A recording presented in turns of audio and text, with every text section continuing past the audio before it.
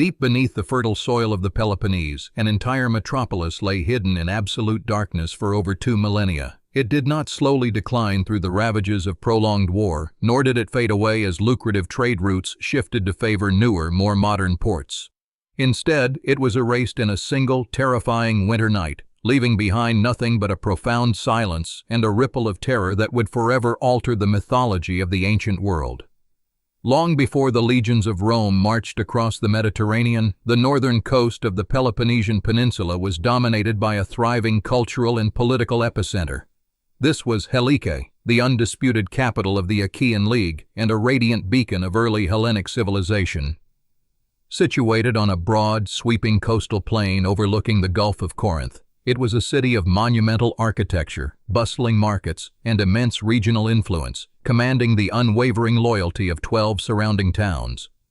The citizens of this prosperous maritime hub dedicated their lives and their immense wealth to the god of the sea and earthquakes.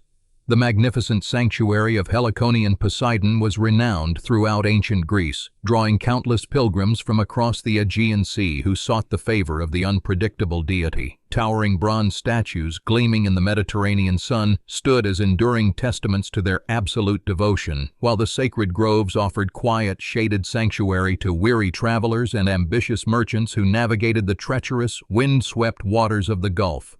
As a formidable political powerhouse, the city dictated the complex terms of trade and diplomacy across the northern Peloponnese. Its visionary leaders minted their own currency, proudly stamping heavy silver coins with the majestic bearded head of Poseidon on one side and his iconic three-pronged trident on the other.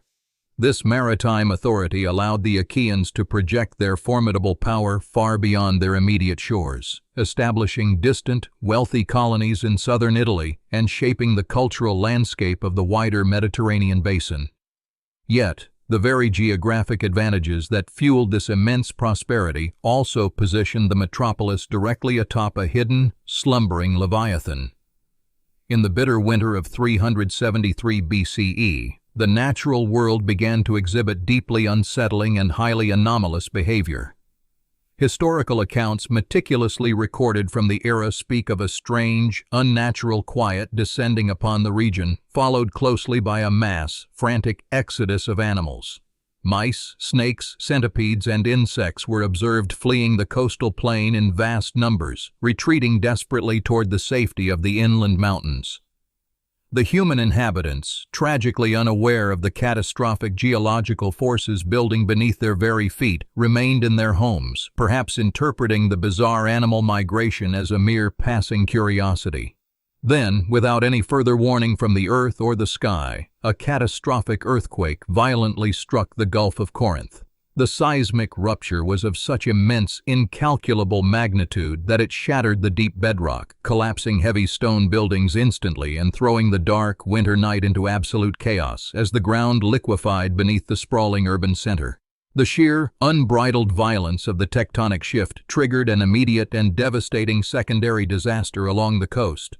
The sea retreated rapidly from the shoreline, exposing the sandy, barren floor of the Gulf for miles, before surging back as a massive, towering tsunami. This unstoppable wall of dark, churning water slammed into the subsiding coastline, completely inundating the fractured city. In a matter of terrifying moments, the sea swallowed the grand streets, the sacred temples, and thousands of terrified citizens, dragging the entire sprawling settlement down into the cold, watery abyss. When dawn finally broke over the shattered landscape of the Peloponnese, the neighboring Achaeans rushed to the devastated coast to offer aid, only to be met with an incomprehensible, nightmare sight. The bustling capital, with its grand sanctuary and towering monuments, had vanished entirely from the face of the earth. In its place was a vast, muddy expanse of turbulent, debris-filled seawater. Only the tops of the highest, oldest trees and the bronze head of a colossal statue of Poseidon remained visible beneath the churning waves, a grim marker of the submerged ruins. The profound psychological impact of this dramatic destruction resonated deeply throughout the Hellenic world, permanently shattering the comforting illusion of human permanence. The sudden, absolute annihilation of such a powerful and deeply pious city was widely and fearfully interpreted as the divine, unstoppable wrath of Poseidon himself. It became a dark, terrifying cautionary tale whispered in the crowded agoras and smoky temples, a stark reminder that even the most prosperous civilizations existed entirely at the mercy of the natural world. About a decade after the Dark Waters claimed the Achaean capital, a brilliant Athenian philosopher began to weave a complex narrative that would captivate human imagination for the rest of recorded history.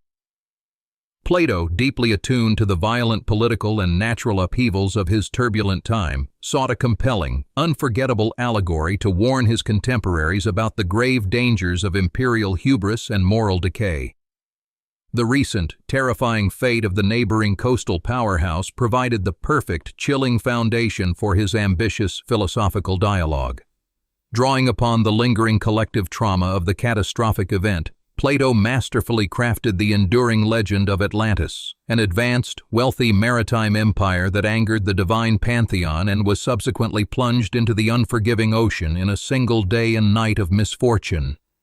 While the philosopher deliberately situated his mythical doomed island far beyond the distant Pillars of Hercules, the striking parallels to the actual historical disaster in the Corinthian Gulf were entirely unmistakable. The true terrifying tragedy had inadvertently seeded the most enduring mythological mystery of the Western world. As the centuries slowly bled into millennia, the deeply submerged ruins slowly faded from living memory into the shadowy realm of obscure antiquarian lore. The shifting, restless tectonic plates and the relentless, heavy deposition of silt from rushing inland rivers gradually altered the shape of the coastline, filling in the drowned, shallow plain. The sea slowly retreated, leaving behind a dense, marshy expanse that completely buried the shattered remnants of the once great civilization under thick, heavy layers of impenetrable mud and sediment. For over 2,000 years, the precise location of the swallowed metropolis remained one of antiquity's most frustrating and captivating puzzles. Wealthy Roman tourists had once sailed over the site during the height of the empire, peering down through the clear, sunlit waters to glimpse the algae-covered bronze statues, but eventually, even those ghostly markers vanished beneath the relentless silt. Generations of intrepid explorers, dedicated historians, and ambitious treasure hunters scoured the deep waters of the Corinthian Gulf, dragging the dark seabed in a completely futile search for a maritime ghost. The prevailing archaeological paradigm finally shifted in the late 20th century, when a new, visionary generation of researchers recognized a fundamental, glaring flaw in the centuries-old search strategy. Greek archaeologist Dora Katsonopoulou and American physicist Stephen Soter hypothesized that the relentless, ongoing geological evolution of the region meant the ancient ruins were no longer resting underwater. They boldly proposed that the ancient seabed had been significantly uplifted and completely filled by river deposits, meaning the lost capital was actually entombed beneath the solid ground of the modern agricultural coastal plain. Rigorously testing this radical, groundbreaking theory required a complete departure from traditional, romanticized underwater exploration. The dedicated team employed advanced ground-penetrating radar, highly sensitive magnetometers, and extensive, deep boreholes to peer deep beneath the quiet agricultural fields of the Peloponnese. By meticulously analyzing the microscopic marine organisms and distinct sediment layers brought up by the heavy drills, they painstakingly mapped the hidden contours of a buried ancient lagoon, reconstructing the lost topography that had been entirely erased by time and tectonic upheaval. The monumental breakthrough finally arrived in the year 2001, effectively and triumphantly ending a historical mystery that had spanned millennia. Trenching laboriously through several meters of dense, heavy, waterlogged clay, the exhausted excavation team finally struck the undeniable solid remnants of classical antiquity. They uncovered the shattered foundations of thick walls, beautifully cobbled streets, and the unmistakable, chaotic debris of a sudden, catastrophic collapse. The earth had finally, reluctantly yielded the profound secrets of the metropolis that had been swallowed so completely.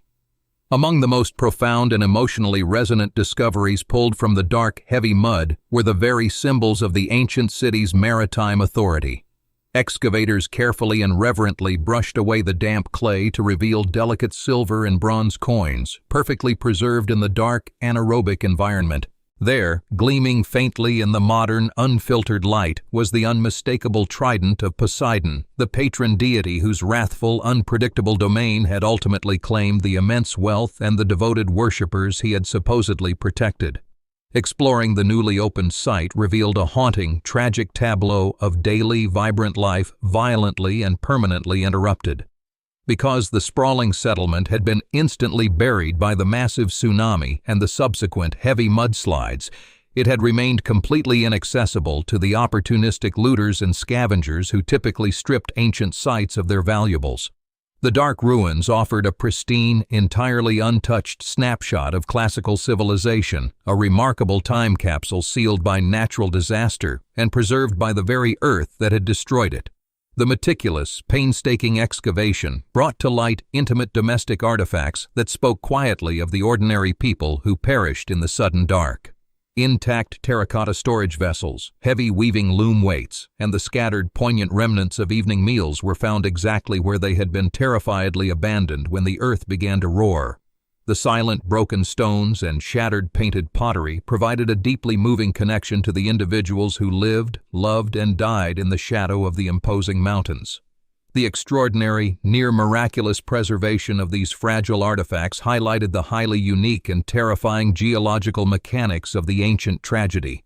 The sudden, violent liquefaction of the coastal soil had acted as a rapid, merciless, inescapable trap, pulling the heavy stone structures downward while the rushing tsunami simultaneously buried them under a thick, protective blanket of marine sediment. This catastrophic dual combination created an oxygen-free subterranean vault, preventing the natural decay of organic materials and freezing the architectural remains in a haunting state of suspended animation. Modern, rigorous geological analysis of the deep excavation trenches revealed the terrifying, rapid sequence of events with chilling scientific precision. The complex stratigraphy showed a distinct, chaotic layer of classical debris violently churned with marine sand and crushed seashells, overlaid heavily by thick, quiet deposits of dark lagoon mud. This undeniable physical record perfectly corroborated the dramatic ancient texts, proving conclusively that the harrowing accounts of the disaster were not exaggerated myths, but highly accurate reportage of an extreme seismic and hydrological event. The dramatic rediscovery fundamentally and permanently altered modern understanding of ancient coastal vulnerabilities. It demonstrated vividly how rapidly and violently the geography of the Mediterranean could be rewritten by immense tectonic forces, transforming thriving, wealthy harbors into buried, silent tombs overnight. The tragic fate of the Achaean capital served as a stark, enduring geological warning about the highly precarious nature of human settlement in highly active seismic zones, a sobering reality that continues to shape the region today. The long shadow of that forgotten empire still loomed heavily over the broader, complex narrative of human history. While the mythical, sunken Atlantis remained a brilliant philosophical construct born from the mind of Plato, the tangible, excavated reality of the Achaean tragedy offered something far more profound and instructive. It provided a verifiable, undeniable link between natural catastrophe and the genesis of human myth, illustrating perfectly how our ancient ancestors processed incomprehensible trauma by weaving it seamlessly into the fabric of their cultural storytelling. Standing quietly amidst the deep, excavated trenches, looking down at the heavy foundations of a city that had once commanded the seas, one cannot help but feel a deep, overwhelming sense of reverence.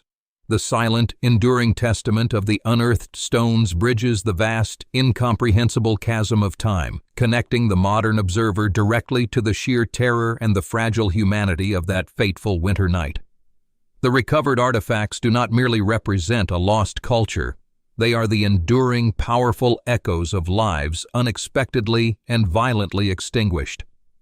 The spectacular resurrection of this deeply buried metropolis stands as a monumental, inspiring triumph of human perseverance and rigorous scientific inquiry.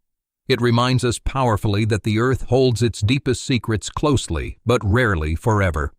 The grand, echoing sanctuary of Poseidon and the bustling, wealthy streets of the Achaean capital may have been swallowed by the sea and entirely erased from the surface of the world, but their profound legacy survived the dark, waiting patiently in the mud to finally speak again.